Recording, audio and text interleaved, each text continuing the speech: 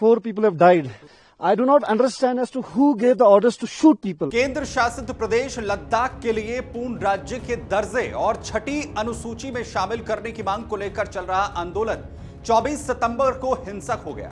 इसमें 4 लोगों की जान चली गई। उपद्रवियों ने ले स्थित बीजेपी कार्यालय को आग के हवाले कर दिया।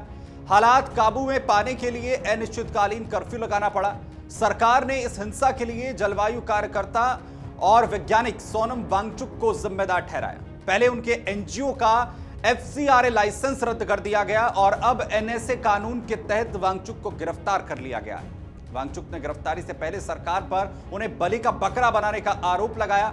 हालांकि उनका कहना है कि जेल जाने से लोग लद्दाख को लेकर उनकी मांगों को लेकर ज्यादा जागरूक होंगे। लेकिन सवाल यह है कि आखिर लद्दाख में हिंसा भड़की क्यों और सोनम वांगचुक का इससे क्या संबंध है और सरकार लद्दाख को लेकर मांग को आखिर मान क्यों नहीं रही है। सबसे पहले आपको बताते हैं कि आखिर लेह में अचानक से हिंसा क्यों भड़क गई। दरअसल अगस्त 2019 में अनुच्छेद 370 को निरस्त कर जम्मू कश्मीर राज्य का पुनर्गठन किया गया था। जम्मू कश्मीर पुनर्गठन अधिनियम 2019 के तहत पूर्ववर्ती जम्मू कश्मीर राज्य को 2 केंद्र शासित प्रदेशों जिसमें जम्मू कश्मीर और लद्दाख के हिस्से में बांटा गया था।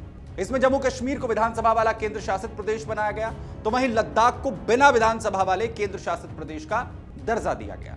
इस बदलाव के तहत जम्मू कश्मीर में पिछले साल नई विधानसभा का भी गठन हो गया, तो वहीं दूसरी ओर राज्य पुनर्गठन के साथ ही लद्दाख में इस केंद्र शासित प्रदेश को छठी अनुसूची में शामिल करने और इसे पूर्ण राज्य का दर्जा देने की मांग उठने लगी।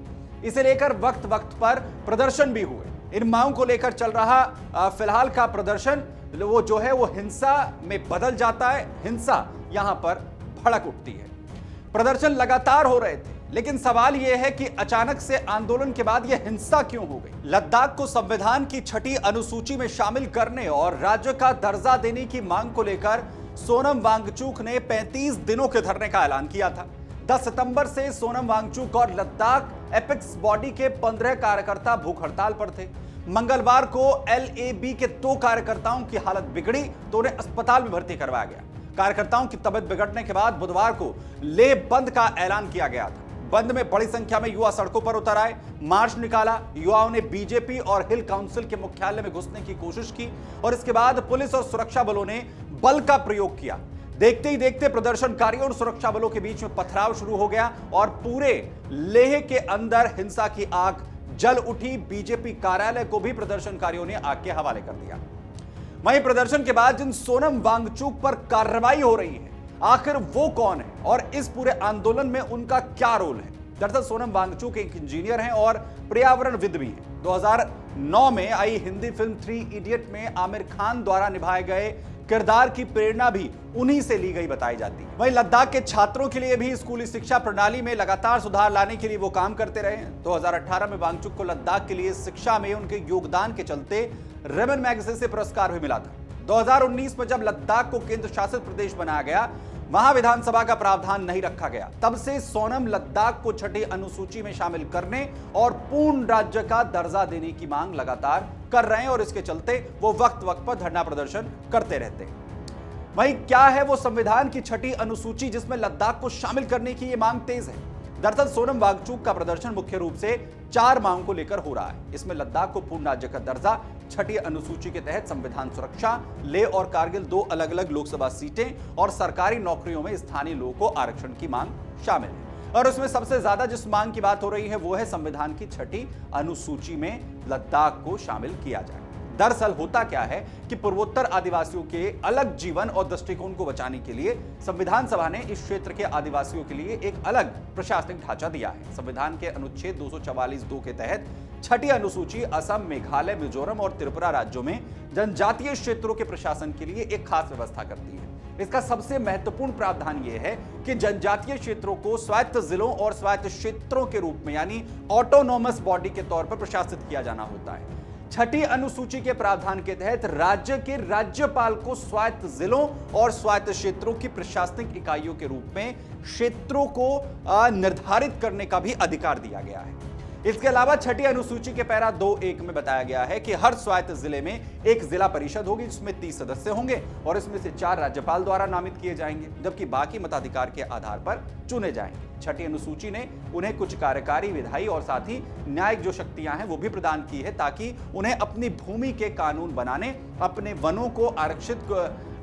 वनों को जो है संरक्षित करने का जो मौका है वो यहां पर मिलता है। इसके लिए इसकी कोशिश की गई है। लेकिन सवाल यह भी है कि आखिर लद्दाख में इस छठी अनुसूची की मांग क्यों हो रही है। दरअसल लद्दाख में पूर्ण राज्य के दर्जे की मांग 2019 के पहले से हो रही है, लेकिन तब ये उतनी तेज नहीं थी क्योंकि लद्दाख जम्मू कश्मीर का हिस्सा था और धारा 370 वाले प्रावधान यहां भी लागू होते थे, जिसमें ना तो कोई बाहरी यहां जमीन खरीद सकता था और ना ही उसे सरकारी नौकरी मिलती थी। लेकिन फिर 2019 में धारा 370 को हटा दिया गया। पहले लद्दाख एक फैसले से खुश था क्योंकि वो श्रीनगर के राज से हट रहा था, लेकिन फिर लद्दाख में बाहर से आकर लोगों ने निर्माण करना शुरू कर दिया। स्थानीय लोगों को यह डर था कि इससे वहां के ग्लेशियर पर प्रभाव पड़ेगा, बाहरी लोगों का कब्जा होगा और इसे संरक्षित और सुरक्षित करने के लिए छठी अनुसूची की मांग जो है वो तेज होने लगी ताकि वहां की जलवायु को भी बचाया जा सके, वहां की संस्कृति को बचाया जा सके। लेकिन हिंसा को लेकर अब सरकार का क्या रुख है वो जरा समझ लीजिए। दरअसल सोनम वांगचुक के ताजा अनशन को देखते हुए केंद्र और ले प्रतिनिधित्व के बीच में 6 अक्टूबर को बात होने वाली थी। इससे कुछ दिन पहले यह हिंसा हो गई। गृह मंत्रालय की तरफ से बयान भी दिया गया। जब सोनम ने अनशन शुरू किया उस वक्त भारत सरकार उच्चाधिकार प्राप्त समिति यानी जो HPC है उसकी उप समिति और स्थानीय नेताओं के साथ कई अनौपचारिक बैठकों के माध्यम से शीर्ष निकाय ले और कारगिल डेमोक्रेटिक अलायंस के साथ पहले से ही लगातार बातचीत कर रहा था। बातचीत की प्रक्रिया ने लद्दाख की अनुसूचित जनजातियों के लिए आरक्षण को 45% से बढ़ाकर 84% करने, परिषदों में महिलाओं के लिए 1/3 आरक्षण प्रदान करने और भोटी और पुर्गी को आधिकारिक भाषा घोषित करने जैसे जो अभूतपूर्व परिणाम है वो दिए थे। इसके साथ ही 1800 पदों पर भर्ती की प्रक्रिया भी शुरू की गई। हालांकि कुछ राजनीतिक रूप से प्रेरित लोग उच्चाधिकार प्राप्त समिति के तहत प्रगति से खुश नहीं थे और संवाद प्रक्रिया को विफल करने की कोशिश कर रहे थे। उच्चाधिकार प्राप्त समिति की अगली बैठक 6 अक्टूबर को निर्धारित की गई है, जबकि लद्दाख के नेताओं के साथ 25 और 26 सितंबर को भी बैठकें आयोजित करने की योजना थी। इसे लेकर गृह मंत्रालय की तरफ से अपनी स्थिति साफ की गई, यानी गृह मंत्रालय की तरफ से साफ तौर पर यह कहा गया कि जो कुछ हालात थे, जो सामान्य प्रक्रिया आगे बढ़ रही थी, उसे बाधित करने की कोशिश इस पूरे हिंसा के जरिए की गई है। हिंसा के बाद सरकार की ओर से क्या कुछ कार्रवाई की गई है। हिंसा के बाद लेह में हालात तनावपूर्ण हैं। गुरुवार को सभी स्कूल कॉलेज बंद रहे, वहीं 26 सितंबर को भी स्कूल कॉलेज पूरी तरीके से बंद रहे। करगिल में भी जो है वो बंद का असर देखने को मिला और इसी बीच गृह मंत्रालय की एक टीम ने लेह पहुंचकर स्थिति की समीक्षा की। वहीं सोनम वांगचुक को जहां NSA के तहत गिरफ्तार कर लिया गया है, तो वहीं इस पूरे घटनाक्रम को लेकर सोनम वांगचुक का क्या कुछ कहना है वो भी आपको बता देते हैं। सोनम वांगचुक ने हिंसा के लिए उन्हें जिम्मेदार ठहराए जाने को लेकर कहा है कि उन्हें बलि का बकरा बनाने की जो कोशिश है वो चल रही है। उनका कहना है मेरी ओर से हिंसा को जो है वो बढ़ाया गया, ये पूरी तरीके से सुनियोजित है। साथ ही साथ उनका ये कहना है कि अगर उनके जेल जाने से लद्दाख की समस्या हल होती है तो उन्हें इससे कोई दिक्कत नहीं होगी। वहीं इनका मकसद हिमालयी क्षेत्र की मूल समस्याओं से बचने की कोशिश भी वो करार दे रहे हैं। साथ ही साथ उनका कहना है कि इससे कोई भी लाभ जो है वो नहीं होगा। उनका कहना है कि युवा पहले से ही निराश हैं और सरकार को अब उनकी मांगों को मानना चाहिए। आपको क्या लगता है कि क्या सोनम वांगचुक इस पूरे घटनाक्रम के लिए जिम्मेदार हैं और सरकार जो कार्रवाई कर रही है वो ठीक है या फिर नहीं? हमें कमेंट बॉक्स में जाकर आप जरूर बता सकते हैं। धन्यवाद। अगर आप ये वीडियो YouTube पर देख रहे हैं तो हमारे चैनल को सब्सक्राइब कर बेल आइकन दबाएं और Facebook पर देख रहे हैं तो हमारे पेज को लाइक करें।